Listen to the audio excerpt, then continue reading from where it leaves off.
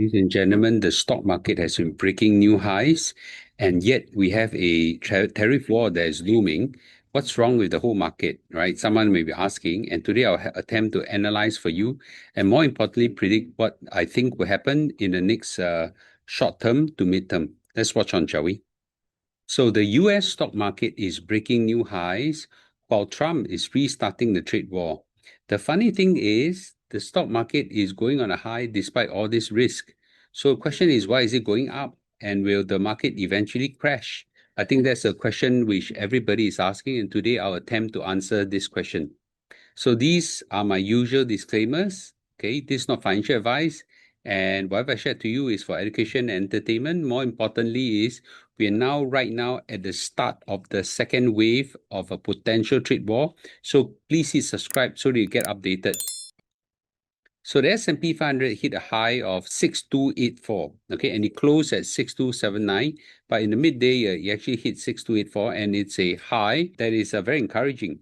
The NASDAQ went up also phenomenally, and right now both markets are on a high. For congratulations to those who have bought holding on to these counters, and I always say that, if you hold the globally diversified index like S&P 500, NASDAQ, or whatever, hold it long enough, you will have a phenomenal growth, and we are now seeing the phenomenal growth. The NASDAQ and the S&P 500 hit record high, largely driven by the tech stock. It's no surprise, right? Counters such as Nvidia is hitting a record high and hitting now a $4 trillion valuation, okay? Potentially going to overtake Apple's historical high as well. So there are many reasons why some of these things happen. Well, let's take a look at the main reason.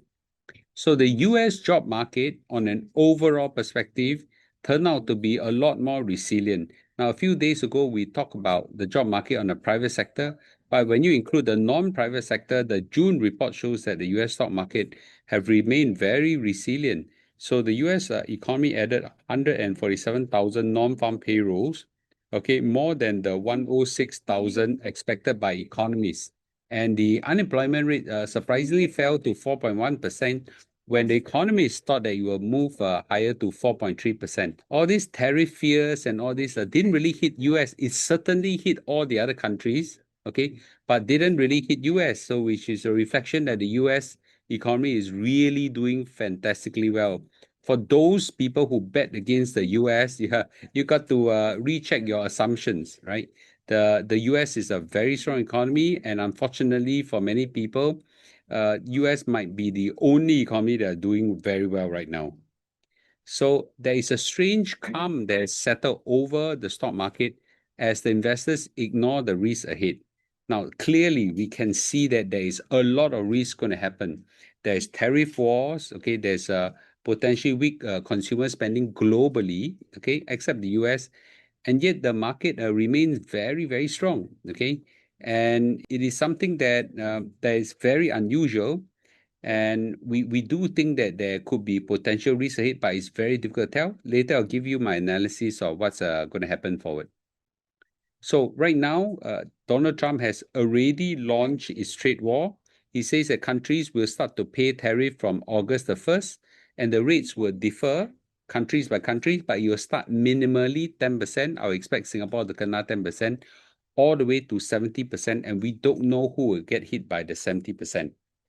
So Trump says that he's going to give the world, a shock by giving a 10 to 70% tariff, and this is the final line that he's going to draw.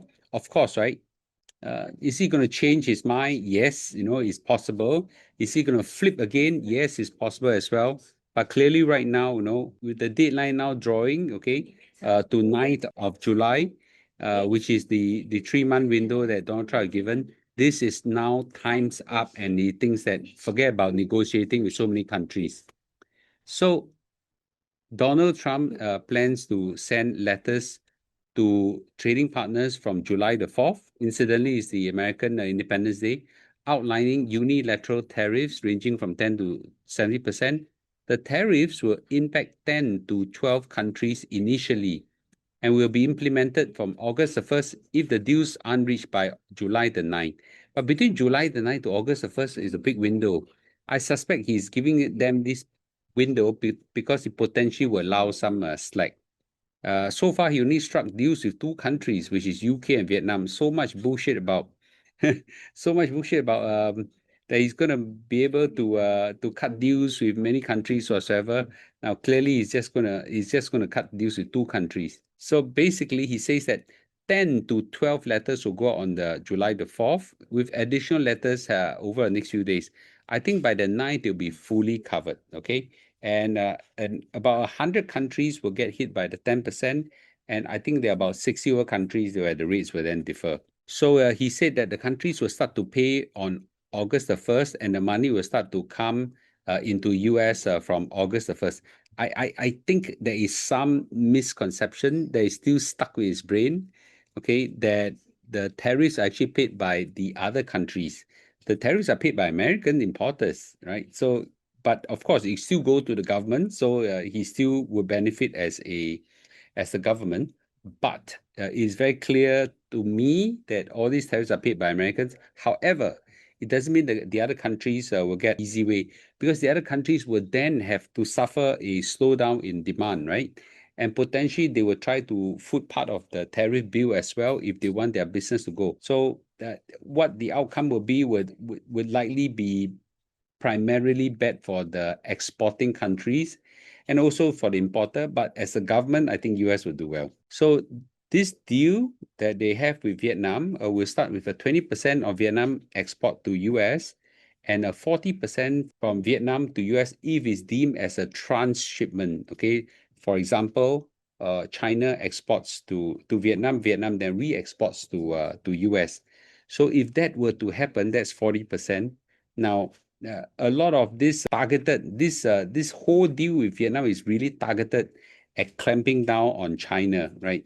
Vietnam, to be frank, is not as painful, but China is clearly very painful. Now, with the other countries, things are not looking good. Trump said he's pretty optimistic. Yeah, he'll reach a deal with India, but with Japan, I think it's a hopeless deal. So Japan, he said, should be paying 30 to 35% tariffs. So the question is, what more can Japan give, right? So Japan is now stuck because the Japanese really have as I said before, Japanese is really very difficult to negotiate with, and they are clearly not able to make any progress with US. So the Japanese, primarily on the issue of cars and rice, is not giving any slack to US. So I don't think anything will happen in a positive way. So the Japanese government has done all it can in its talks with tariffs with the US, and to give more would weaken our economy to a dangerous point, said a Japanese businessman. So in order to prevent this outcome, the Japanese government on Thursday said that, the economic minister Akazawa was preparing to return to Washington over a weekend, but expectations are low that anything positive will come on positively. But I don't think that a trade war between US and Japan will happen that will hurt the US stock market in a big way. So the Japanese actually are even coming with a statement such that it's time to teach American lesson. The fear there is this, okay? The Japanese holds a lot of US treasuries. So if they sell some of the US 1.1 trillion treasuries that is held by Japan, then it could hurt US treasuries. So we don't want that to happen, because then we'll hurt the counters such as TLT or so. But however, in the process of hurting US, it will also hurt Japan as well. So I don't think it's an easy outcome. So US I think still hold the upper hand in a negotiation with Tokyo. So my take is this, that a storm might be brewing in the near few days to come. And I think that we got to be a bit careful, okay, not to be too overly optimistic. There's no need to be Rambo to try to chase funds.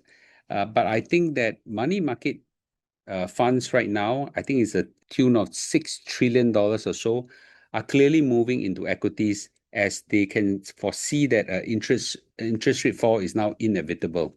So when people take out money from somewhere, they got to put money elsewhere, right?